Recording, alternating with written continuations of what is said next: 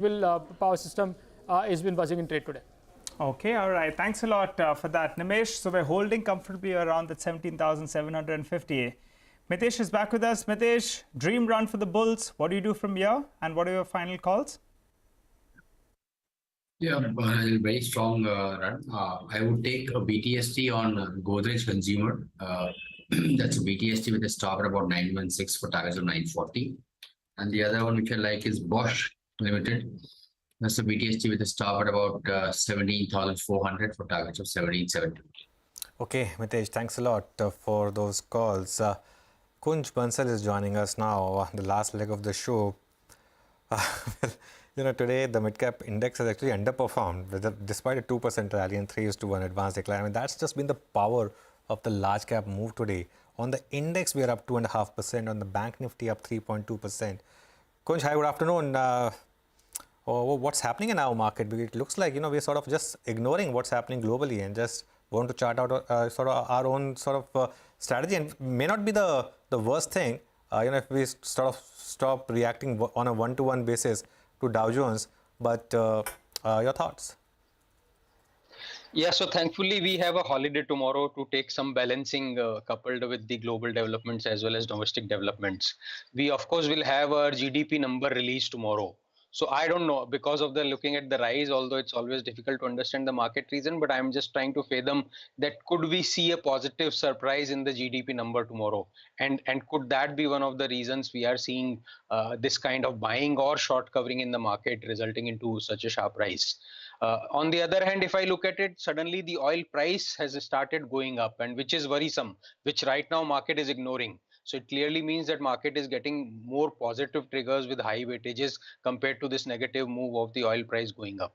All other commodities thankfully continue to remain down. So that's a positive sign.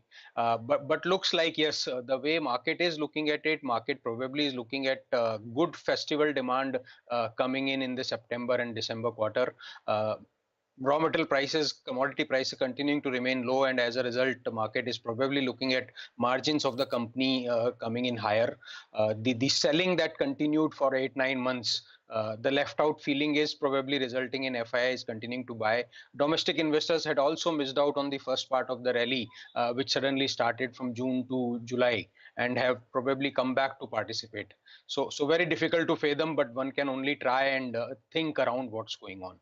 Kunj, some of these banking names, particularly the tier 2 banks, they have come back in style. But as we are talking about the markets moving to the high point of the day, a couple of these banking names are moving to the day's low. Case in point, AU Small Finance Bank. Do you have a view of that one? I remember listing, it was touted as the next big thing. And still some part of the street believes that this is going to be a big compounder. Are you in that camp?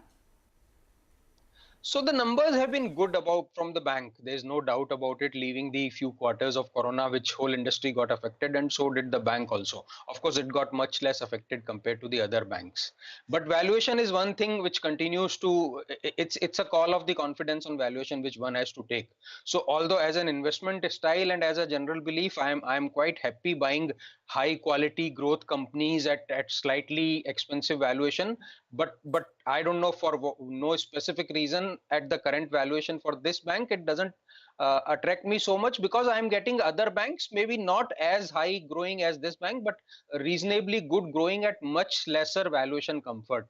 Let's say ICICI Bank, despite so much rise. Let's say IDFC First Bank, which gave excellent result in the June quarter, and after so many quarters of following up and committing and not being able to deliver and things like that, finally they delivered, and the share price has rewarded them sharply. In fact, the share price of IDFC Bank, IDFC First Bank, since the result declaration has moved up 15%, maybe 20% also, and it still carries the valuation gap.